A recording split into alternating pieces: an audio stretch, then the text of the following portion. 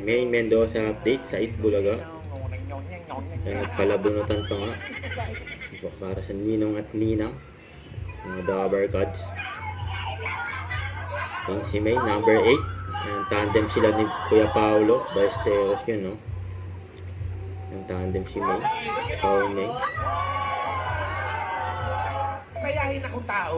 Totoo. Tama. Napunta si May dyan.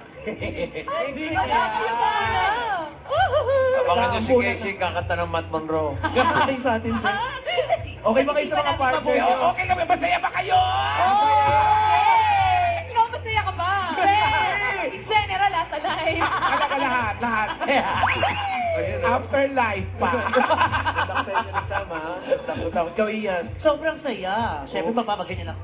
Yes! Footwork! Wala kaya-kaya. Si Mang Doming, tsaka si June Ryle, kayo ba masaya kayo magka-partner kayo? Mag-aral ka ng lyrics, ha?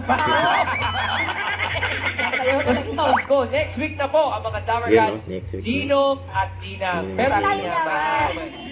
Tanging Pelikula pala yung tanging yaman. Akala ko nga kasi tanging mahal eh. Tanging yaman.